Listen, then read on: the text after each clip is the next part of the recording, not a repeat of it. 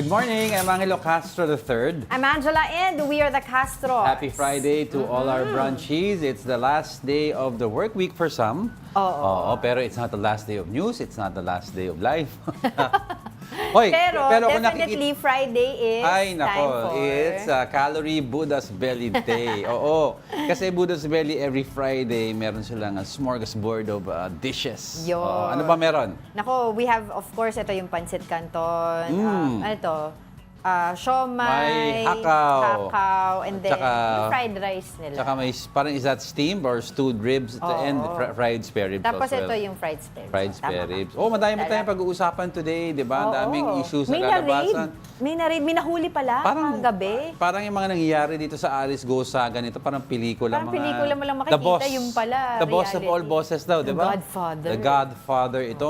Pag-usapan natin yan. Pag-usapan natin yan kasi may Sino video pa? na lumabas ng actual raid eh. Let's take a look at it. Kung may ano tayo mamaya, di ba?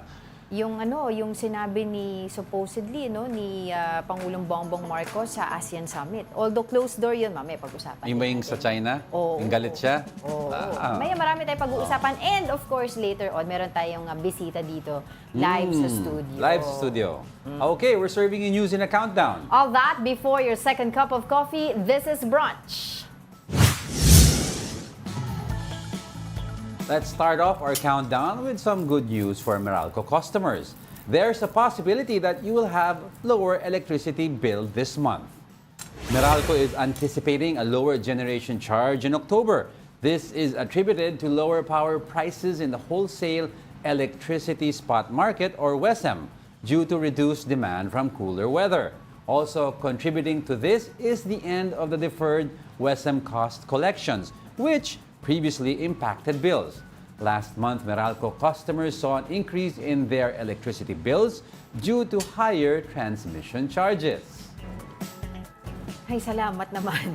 Kahit Some good news. Some good news. Kasi, Buti naman ganito ang panimula natin.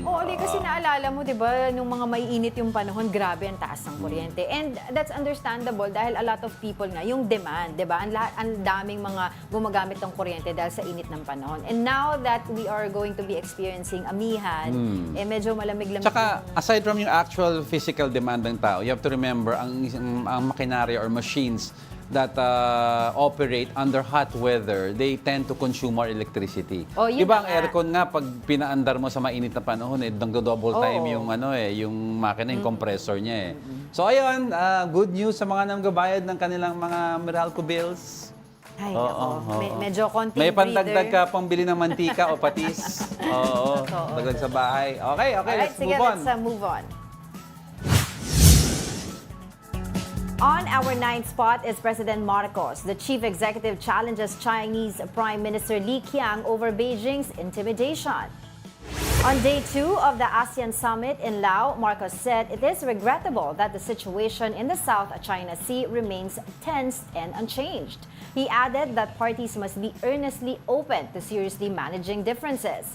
Marcos also lamented that a concept as basic as self-restraint in disputed waters was not even something shared by everyone. Security analyst Chester Cabalsa said it was right and about time for the chief executive to issue such statements against Beijing. I think he is braver enough now to send such a statement like that kasi he has experienced it under his administration. Totoo yun. Actually, madami na nagtatanong. It's President Marcos started off his term as president tough on the China-Philippines issue sa West Philippine Sea. And then somewhat this latter part of this year, parang sabi ng tao, parang medyo lumalamya ang stance niya, 'di ba? Yung statements niya calls for calm, for peace, let's not panic. Dati talagang no. We will not give a square inch, di ba? Sabi niya, not even a square centimeter. Atin ito, lumambot bigla. And some said it's possibly because we're taking a look at the election scenario sa US between the Democrats and the Republicans, which will affect the way we use our partnership with the US in the future. Exactly. So yun nga, tama yung sinabi ng security analyst dito na si Chester about time. Capas. It's about time din naman. And where else will you say that? Di ba yun yung pagkakataon na magkakaharap-harap kayo? Oo, and you have to remember, he's together with other world leaders na kaalyado natin. So at least, Nakikita nila, marunong diba? si President Marcos in a Maglaro sense na ng ano yun. maglaro because di ba sabi niya, if you're on the negotiating table, use the leverage that you have. Yes. At that time, he saw some allies behind him. So ito leverage ko. Totoo yan. Oo. So yun nga yung sinasabi niya, you cannot separate economic cooperation from political Yes, oo. security. Ito sinabi nga daw dito sa closed door meeting ito, kaya wala pa tayong nakikitang mga transcripts ng speech, actually from somebody lang source yung nagsabi nito. And when they asked President Bongbong Marcos kung ano yung sinabi niya during that meeting, sinabi niya, I think it's better that we wait na lang yung para dun sa chairman kung ilalabas yung pinagmitingan nila. But yun nga, sinasabi niya that we cannot, parang hindi natin, we cannot pretend that everything's A-okay. No, it's not. Diba?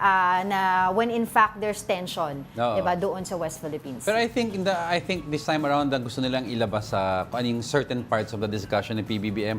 It's because if you know, we had a closed door meeting with China months ago. Tapos biglang all of a sudden nag-escalate yung tensions. Para ko ba may closed door agreement tayo, bakit nag-escalate?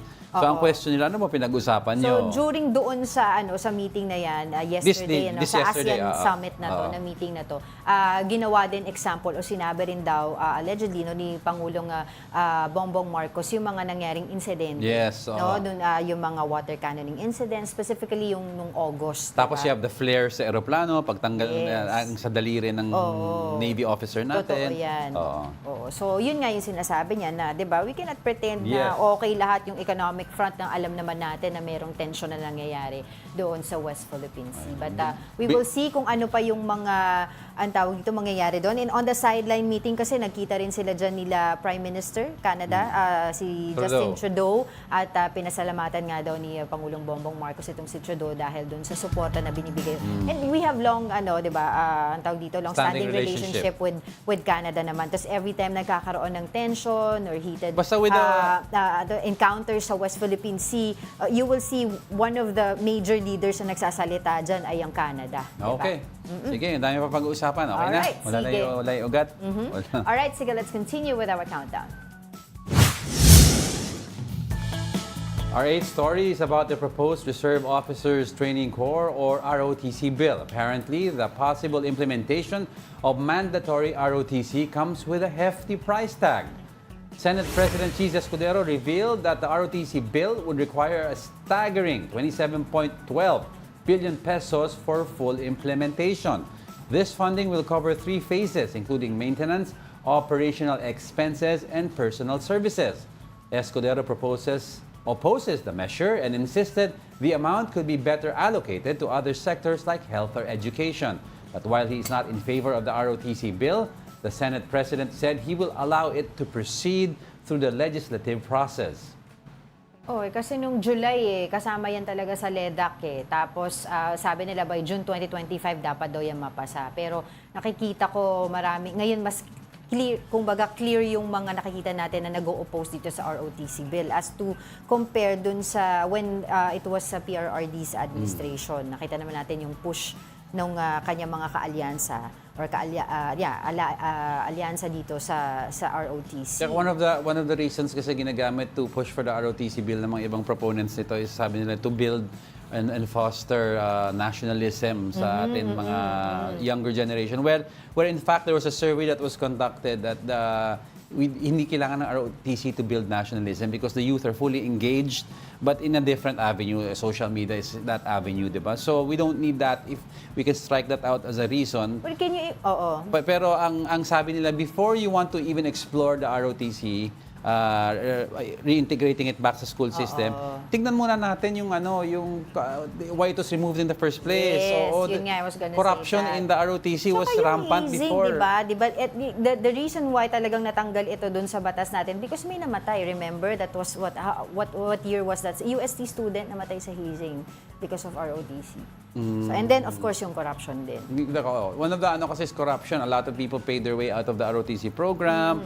Ang daming loopholes. So, ayusin muna natin ang system before we even explore that. At saka, 2001. See, I So, told tsaka yung you. 27 billion na sinasabi ni Senate President Cheese Escudero, ilaan na lang natin kaya sa missile system na pinopropose. Oo, strengthen siguro yung ano, Security. yung security Homeland security natin. yung militarization. Kasi 'di ba, parang it's a balance of quantity over quality. O marami ka nga mga enlisted dahil ROTC, pero yung mga kagamitan mo naman, it's not really. Hindi, kunyari when that they're called par. upon, 'di ba? When they're called upon, wala ka naman ammunition, wala kang baril, Yun wala kang nga. boots. Oo. Tsaka aside from that, Senator Cheese Escudero also mentioned na itong magkano 7 billion. Oo, na roughly, po pwedeng gastusin. Can you imagine how many classrooms sa mga sa DepEd pwedeng gastusin? Oh, Sa reminder. health services, ano pa ba, 'di ba? Na Reminder mas lang po, makailangan. one teacher, one computer is being used at a ratio of 30. 30. One computer to 30 to 50 teachers. Kawawa naman ang educational ano natin.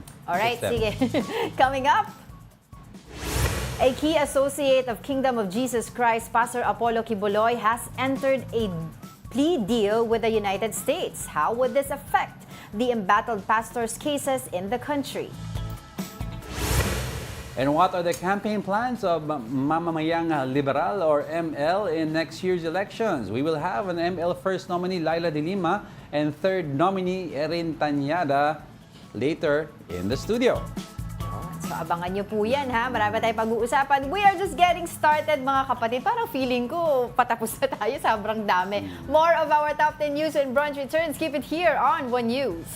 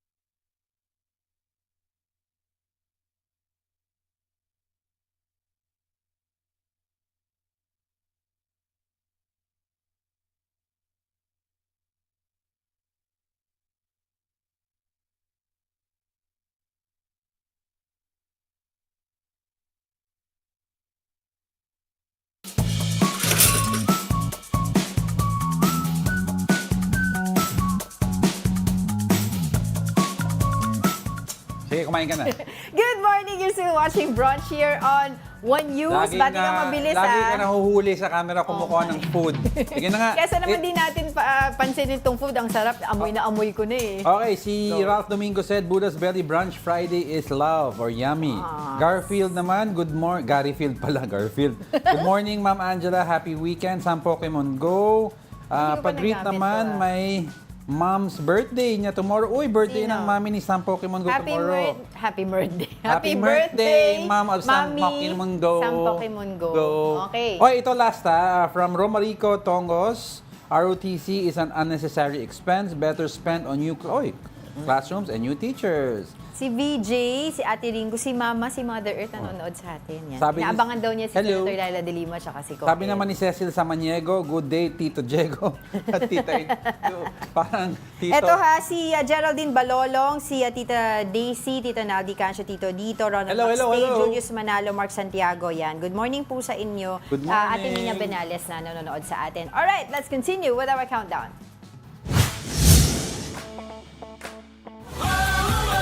Bilang Pilipino, bilang Pilipino. Going straight now to our top 7 Quiboloy senatorial candidacy. COMELEC says Pastor Apollo Quiboloy's candidacy issue is not deemed material misrepresentation. In an interview with One News Storycon, Garcia clarified that such misrepresentation in candidacy pertains only to specific qualifications for the office. These include age, citizenship, residency, literacy, and a 3 consecutive term limit.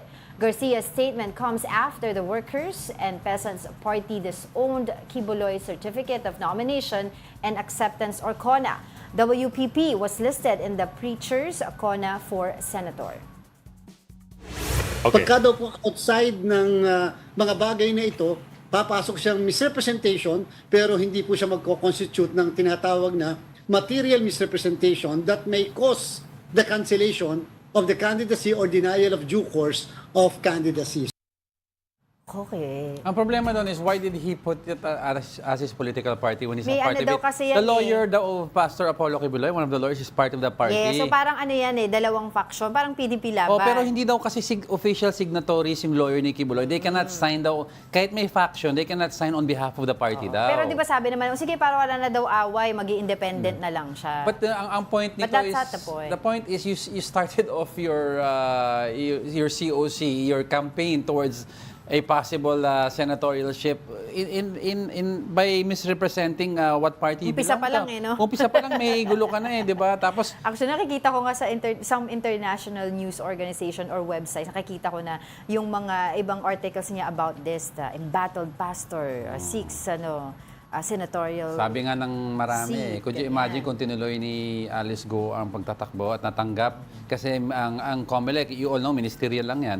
Ano yung optics nito sa ibang neighboring countries? You have Apollo Quiboloy and you have Alice Go running for office? Oo. Well, di ba parang, kasi before, di ba, we had Senator Laila de Lima na nakakulong, tapos we have Senator Trillanes na nakakulong. No, but pero iba yung cast. feeling nila kasi siguro ganun sila. I don't know. Di ba? Pero well. Si Senator Laila de Lima hindi tumakbo. Exactly. Hindi nagtago sa bunker.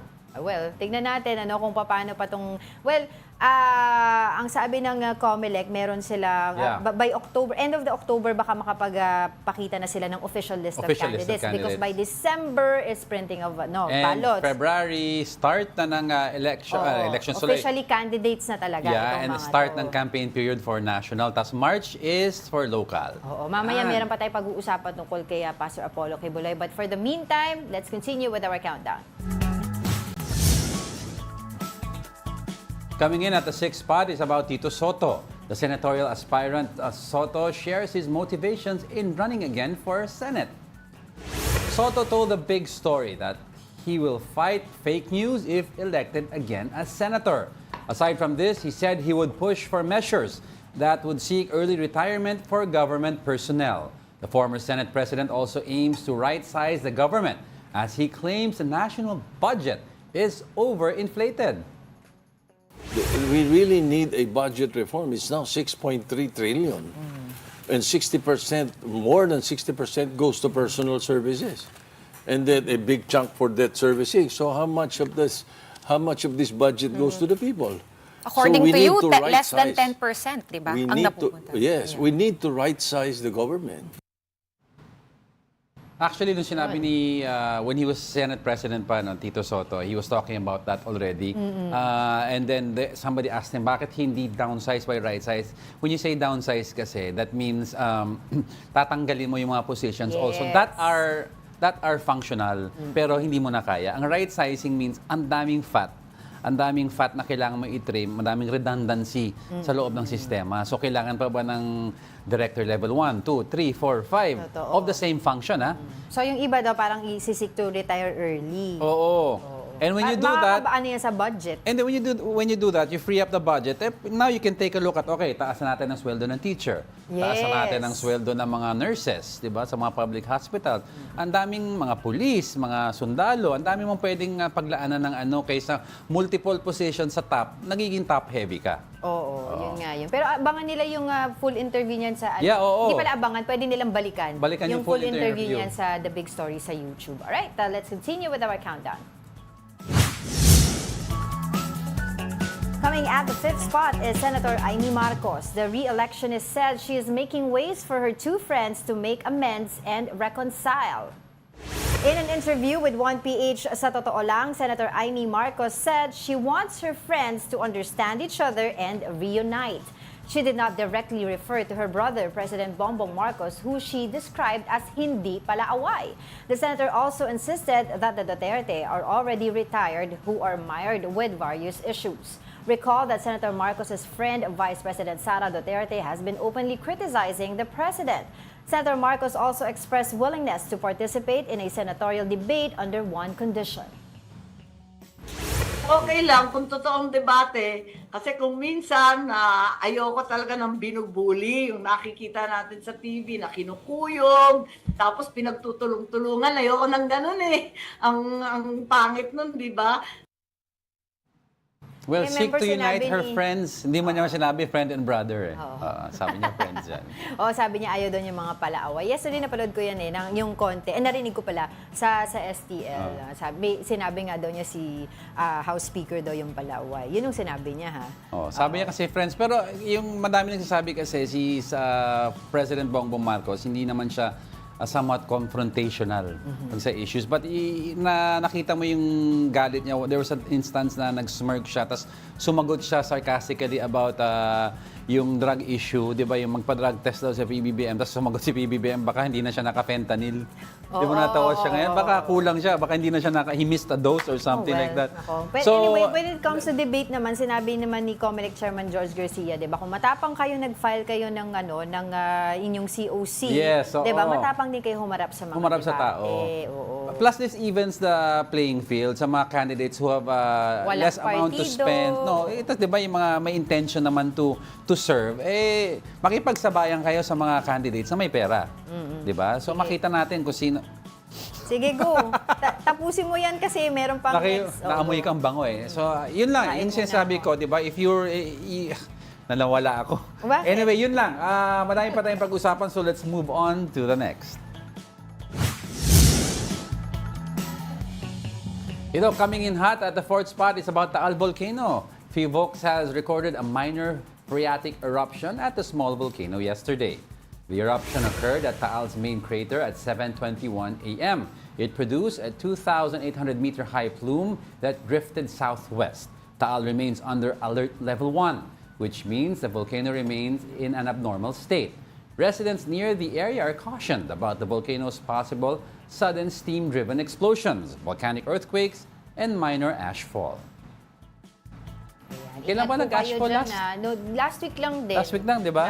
Pumutok siya. Tapos yun nga, yung pinag-iingat yung mga residente nearby. And antabay lang po kayo dun sa mga announcement ng local government and of course ng Fivox, di ba, doon sa latest activity ng Taal. But for the meantime, may sasabi ka pa? Wala na. Okay, don't go away because we're not done yet. May tatlo pa tayo. At syempre may guest tayo mamaya. Stay with us.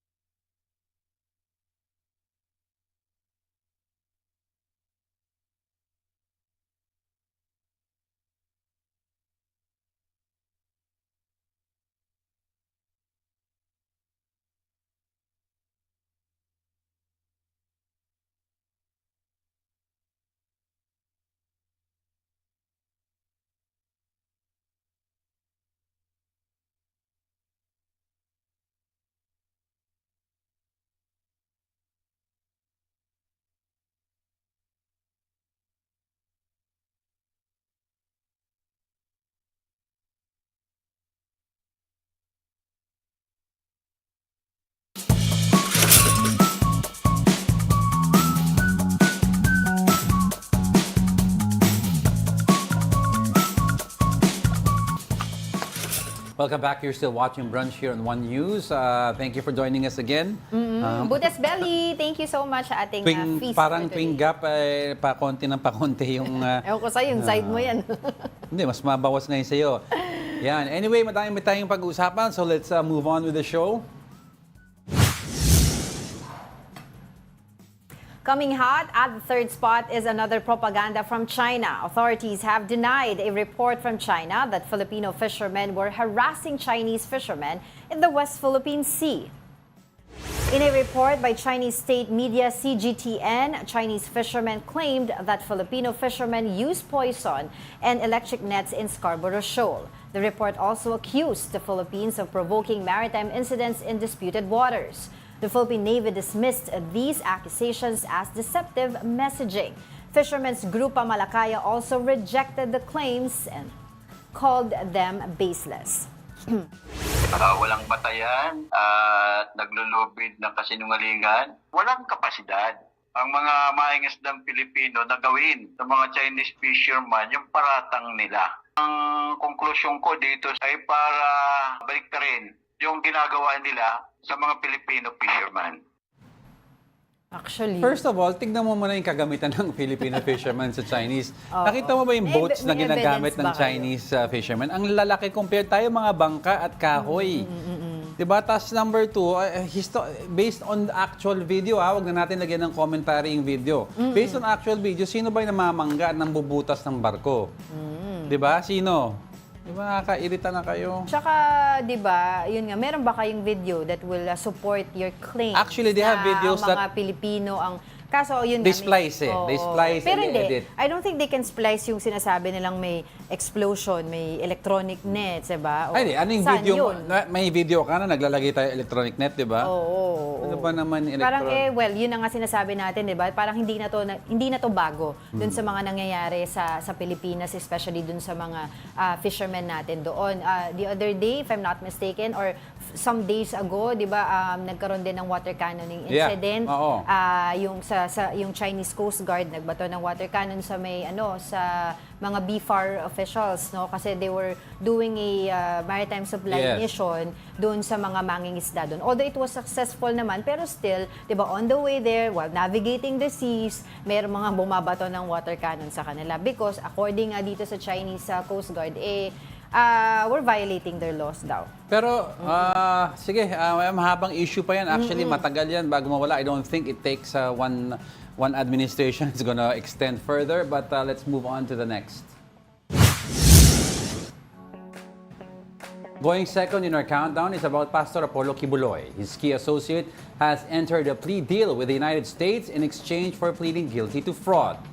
The U.S. Justice Department said Kingdom of Jesus Christ, or KOJC, Administrator Marisa Duenas confessed to arranging fraudulent marriages between Filipino KOJC members and U.S. citizens.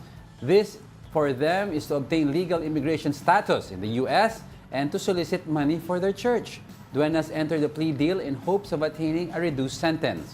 Quiboloy's camp has yet to comment on this matter. The Philippine Justice Department welcomed this development and believed it can expedite the US's extradition request for Quiboloy. Isa yung kumbaga, parang challenge, no, sa ating gobyerno at sa gobyerno ng USA na mag-file na ng extradition dahil hindi naman po pwedeng maging senador ang isang accused ng human trafficking, especially when there is substantial evidence already to the effect, no, na ganyan talaga ang ginagawa niya. So if anything, it just expedited the extradition. Senator Risa Hontiveros also welcomed this news. The senator who leads the Senate investigation into the KOJC issues, linked crimes, hopes Duenas can participate in their probe. I also hope that Ms. Duenas, given her position in KOJC, would be open to participating in our continuing investigation on the various allegations of abuses and criminal acts by Quiboloy.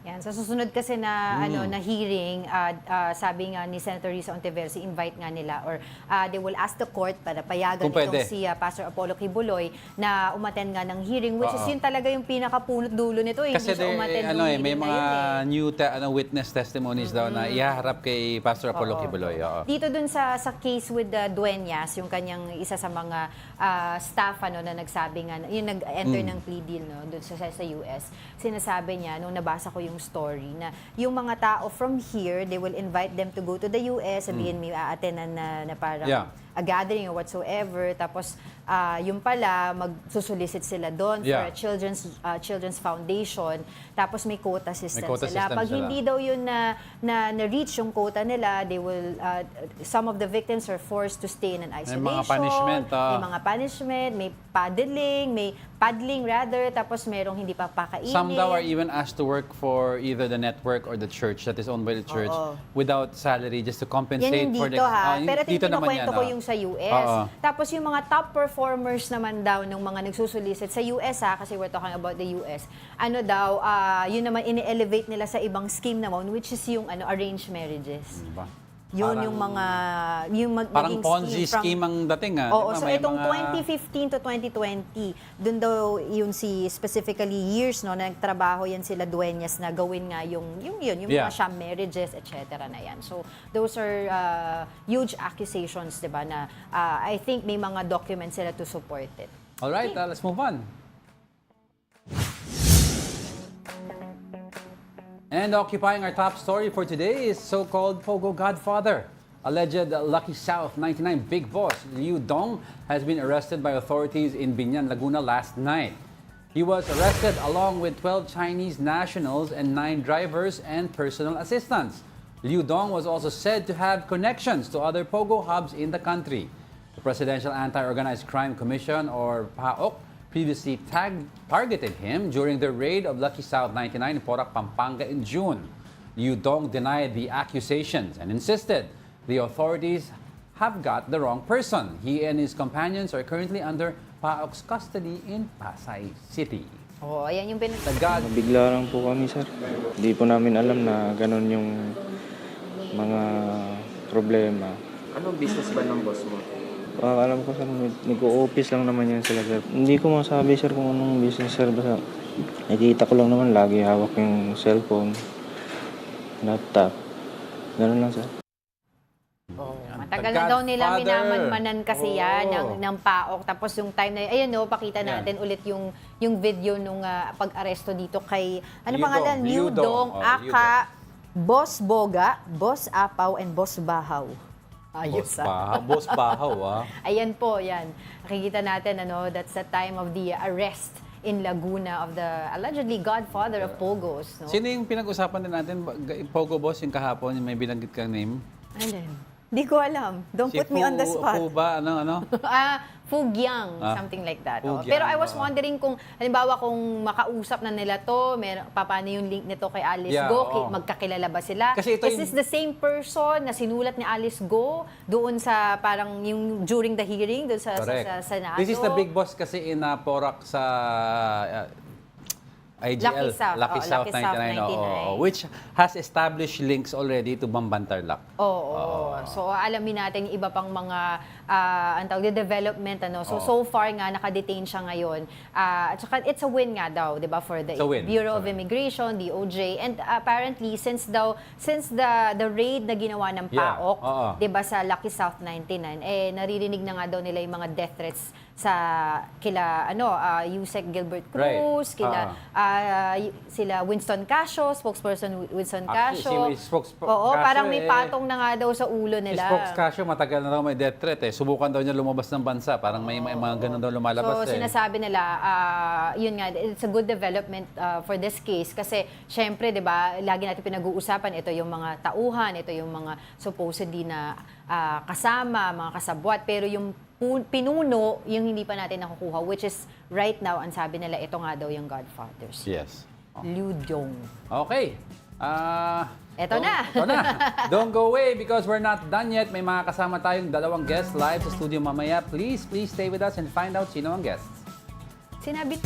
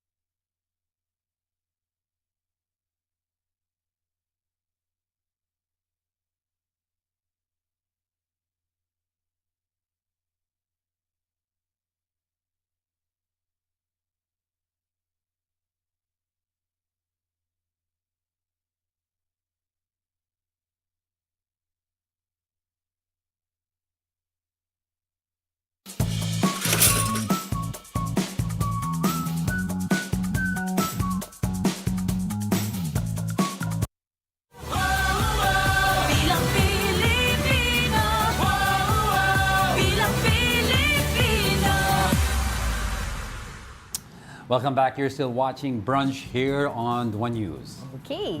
Sige. Diba, this Friday, brunch break naman tayo. So, the Mamamayang Liberal Party List is seeking a seat in the lower chamber in next year's elections. What are the campaign plans and what are their priority programs for the public? Let's talk about this with two of our live guests for today. We have former Senator Laila de Lima and former Congressman Erin Tanyada with us on Brunch. Good morning. Thank you for joining us. Morning. Thank you for the invitation. And Angela, Yes. it's a pleasure being here. All right.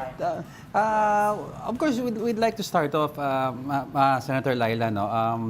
It was expected, we thought you would run for senator, and then the announcement came that the party list. But a lot of our viewers and a lot of the people in social media have said, why would you want to re-enter politics after all that has happened in your life in the last years? Thank you for that question. Totoo yan, I was really not thinking of rejoining politics after I gained freedom provisionally muna noong November on bail, and then this June this year, I complete freedom na because all my cases have been dismissed. So I did not intend, akala ko I would have more time to rest and venture in other things like resuming my private law practice and resuming my teaching career. Yes. Right.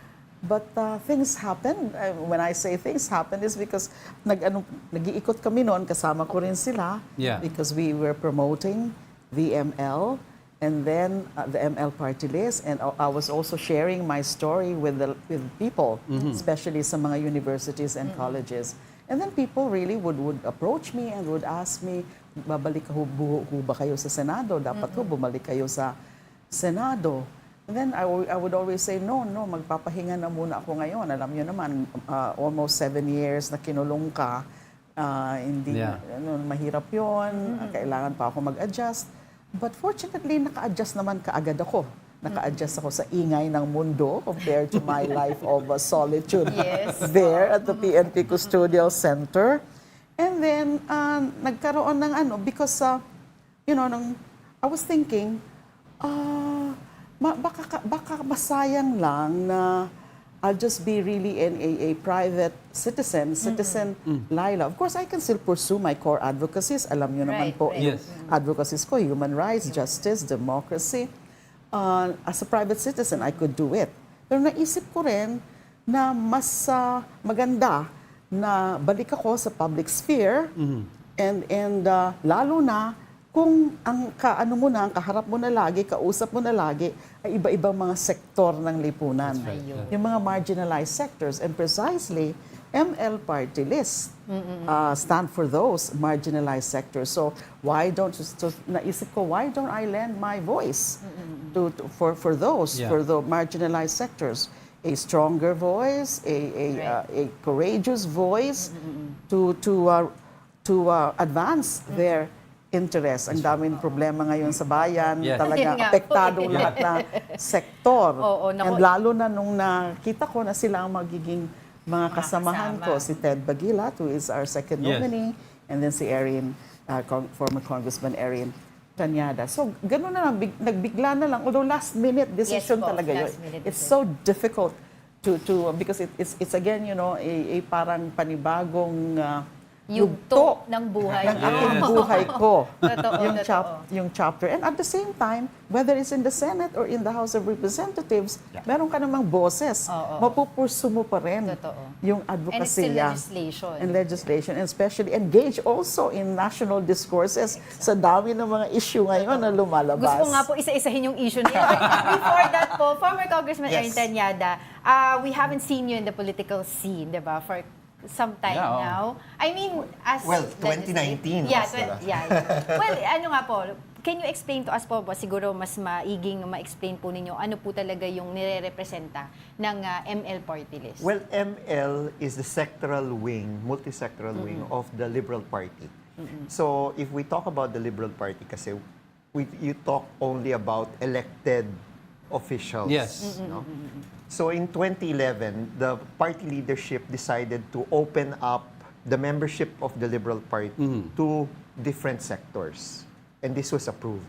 So in 2012, they identified the sectors, fisherfolk, farmers, women, youth, urban poor. And this was approved by the party leadership, and the expression of that was called Mamamayang Liberal. No? In English, of course, liberal citizens. And we tried to have the sectoral wing accredited by the COMELEC for the 2022 elections. We went through the process in 2021. It was denied. So last year, we tried again. And fortunately, in July of 2024, na-approve, na-accredit yung ML. So it has always been a part of the Liberal Party. And I think maraming nagulat, no? This is the first time that, of course, it's in the reverse. Because if you look at the other party list groups, you have Bayan Muna, who is a party list that fields candidates for the senatorial level. Akbayan, the same. Now it's the reverse. It's the political party that is fielding. That's right. That's right. But I'd like to ask also, Senator Laila, a lot of people are asking that after your experience, what happened? You were detained for a long time based on testimonies that were supposedly fabricated, and eventually nag-recant din sila. But what are your plans daw for the justice system in terms of being Juan de la Cruz na hindi senador, na hindi isang government official? How will you fight this system? Ang unang-una ay kailangan palakasin, palawakin yung access to justice. So many have no access to justice. And then syempre yung speeding up of the process, kasi hanggang ngayon problema pa rin yan, yung chronic delays. Although the Supreme Court has been issuing certain guidelines on how to reform that aspect na mas mapabilis. Pero minsan hindi pa rin nangyayari yan. Look at what happened to my case. Almost 7 years pending yung mga kaso. And then syempre of course yung attitude ng ating justice system, yung sector, yung criminal justice system natin, na everyone should be treated equally. Same access to justice, and then same treatment, na kasi nangyayari ngayon kapag ordinaryo, ang bilis-bilis madakip, tapos kinukulong, tapos dahil walang abogado, ay napakatagal ng kaso, na minsan mga sumusobra pa sila sa piitan doon sa imposable penalty, na hindi pa sila nako-convict. And yet when it comes to high-profile, powerful personalities, pahirapan sa pagdadakip sa kanila. We all saw that happened recently. The case of Alice Guo, Huaping, on the case of Pastor Quiboloy, and then meron pa nga hindi pa nagpapakita o bumabalik dito. Like sila Teves and also si General Bantag. So there should be significant, meaningful, and genuine reforms in our criminal justice system na hindi dapat ganon, double standards. And then even yung pagtatrato din sa mga nakakulong, may double standard din. Yung look at the situation in the correctional facility. Isa pa ho yan na gusto ko talagang yung correctional, the prison reform. Yes, that's right. I actually filed a comprehensive reform bill when I was still a senator, hindi naman pinansin, yung Unified Penitentiary Bill. And syempre, kasi the urban poor is part of the sectors that we represent. There are many problems, challenges affecting the urban poor sector. And then sila nga yung tinarget during the war on drugs. So I fought for them. And then these various sectors that ML represent, they have their distinct attributes. They have their distinct aspirations as a sector.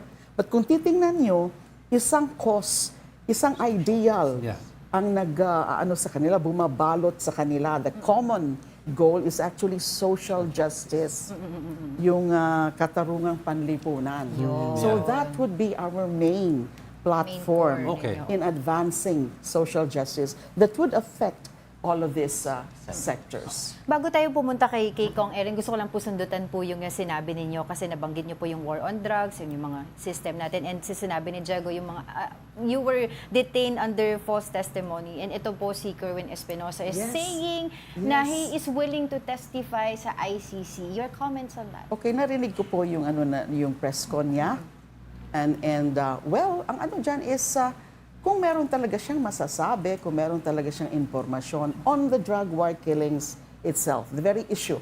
Kasi yan ang pinaka-subject doon sa ICC. At syempre, yung pagpatay doon sa kanyang ama. Yeah. That was a clear case of EJK.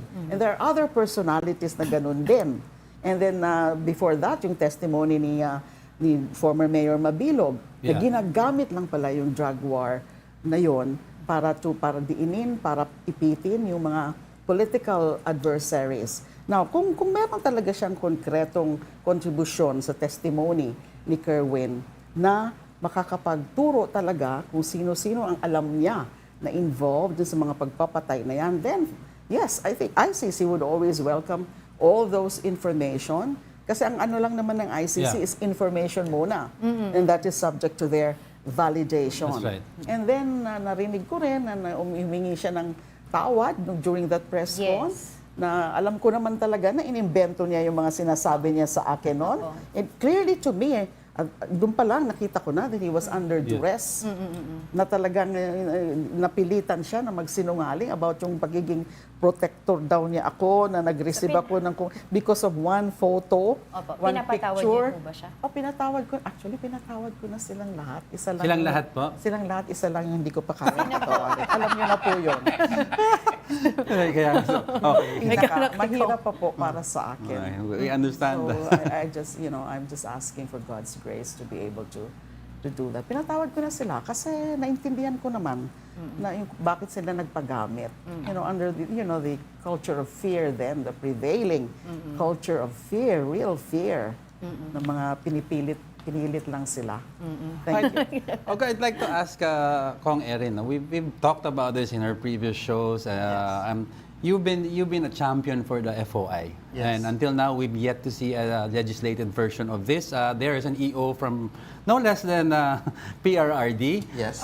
Why do you think there's some apprehension with several lawmakers to really institutionalize the FOI bill? Well, first of all, that's Executive Order number 2, which President Duterte signed and extended by PBBM. BBM. There might be an apprehension with regard to this because on the questions on who will be able to access the statements of assets and liabilities and net worth, and what information will be available to the public. So I think this is one of the reasons why nahihirapan na may pasa ito sa lower house, no? Although like I mentioned, sayang, there was the great opportunity in 2010, no, before the term of President Noynoy Aquino, that both chambers passed their versions and ratified the bicameral conference committee report, ratified by the Senate. When it came to the House, I think there was an order to kill it. That's why there was a declaration that there was no quorum in the House at the time. So Why hopefully, do you think na may mga ganong order? well, because they fear that the FOI will be used to uncover, which is I think the basic reason for the FOI, uncover possible graft and corruption issues. Officials. So yun yung apprehension na nanggagaling. Are you going to push for it? If given the opportunity, yes. Tuloy pa rin. Yes, kasi it's better to have a law than an executive order which lives only during the lifespan of a current administration. The law is longer. Okay. Totoo. I'd like to ask also, anyone can answer about there are several numbers that indicate, even from the opposition voting base, that are satisfied with PBBM's policies and programs. They are being even asked that if they were to choose between PBBM or PRRD, they would have chosen PBBM. Over him. Now, I'd like to ask your assessment, anyone, about what you think is happening right now, that there's an acceptance from previously. I could have never imagined who would have accepted this administration. Kasi yung choices nga, yung choice natin nagiging sa dalawa lang. Although medyo, we can say na medyo may pagkukulang ang opposition dyan. Pero we are naman, we as much as possible, the opposition, and when I say opposition, yung Liberal Party and allied groups, is that pinapakita naman namin na we are an independent opposition. But when we say we are an opposition, ang basihan natin is issues-based. We do not just want to be just criticizing for the sake of doing that. Ang ano namin is issues. Nagkataon lang na sa mga mahalagang mga issue natin ngayon, ay mas marami yung medyo, kung magpipili tayo doon sa dalawang kampo, Duterte block and the Marcos camp, ay mas maraming issue na against the Dutertes. Lalo na dyan sa mga naglalabasan ngayon ng mga revelation. Kasi yung pag-alis nga ni Mr. Duterte na talagang sinira niya yung Pilipinas sa foreign policy, and then even in terms of governance, kasi may mga corruption issues, yung wala naman talagang good governance sila, tunay na good governance na pinakita, mas madali na yung susunod na administrasyon. Na in terms of people comparing, mas madali because the bar has been so low. Kaya ganyan, nakikita, between the two choices, yan, mas maano yung kay Marcos administration. But mayroon din siyempre mga issues against the Marcos administration. And kami sa LP, as much as possible, we are very objective about it. Pinipili namin yung mga issue na will be, strong kami. And then the others is that titingnan namin alin ang mas matimbang. Whether it's not about being pro Duterte or pro Marcos or being anti Duterte or anti Marcos. It's about the issues. Kung saan talaga. Exactly. Yung ano. So kami yan ang ng Liberal Party, but we remain to be an independent opposition, only that our numbers have been decimated sa sobrang demonization na ginawa sa amin. Who do you think is responsible for that? Mr. Duterte. And his ilk. Grabe yung paninira nila sa mga dilawan and all that, kung ano-ano ang mga tinawag sa amin na hindi naman totoo. Pero ito ng 2025 elections, andyan na naman yung pagkakataon. Hindi lang for the senatorial, but sa House of Representatives nga. Doon nga kami excited kasi kung makikita nyo, may iba pang mga grupo. Bayan, and then yung mga Bayan Muna, and then Magdalo, na mga kindred, more or less, nag-overlap yung mga ano namin, advocacy. Do you think po na may chance ngayon na it's really not a challenge right now, yung mga labanan ngayon versus the political dynasties or political clan? Do you think na may chance ngayon yung mga progressive? We'd like to think so. We'd like to think so. And that's why we welcome the diversity of groups. Even if sinasabi nila, paano yan, mag-aagawan kayo ng boto. Ang ano naman namin dyan is that, nasa ano na yan, how we handle the campaign. Our campaign strategies should be strategic, na mas maganda kung lahat kami magkaroon ng seats dyan, either 1 seat, 2 seats, or 3 seats. Mas maganda kung 3 seats kami. Because we would be a force to be reckoned with, a block, and there it would be a minority, a true, genuine minority, na magsasama-sama kami, even dun sa mga pet legislations namin, we will be consulting with each other, alin ang mga susuportahan ng mga legislations of each other, alin dyan yung mga joint mga legislations. Wala na po tayong oras, ma'am. Pero speaking of suportahan, this we have to ask, very quick lang po, just in case makakuha po kayo ng upuan po sa Congress, will you guys support yung calls for the impeachment of VP Sara? Kung Erin.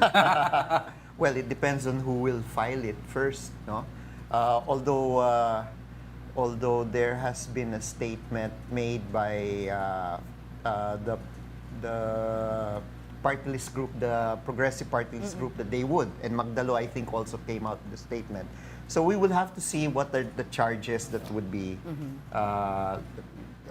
thrown at VP Sara, whether it's betrayal of public trust, grafted corruption, or high crimes. Titignan natin, pag-aaralan natin yan. Alright, sige na ko. Marami pa po kami gustong itanong sa inyo, especially yung mga issues on Pogo's West Philippine Sea, but hopefully we can still invite you over po para mas mapalawak po yung discussion on that. It will be a pleasure again. But for the meantime, maraming salamat po sa inyo, former Senator Laila de Lima and former Congressman Erin Tanyada, for for Mamamayang Liberal Party List. Thank you so much po. Salamat po.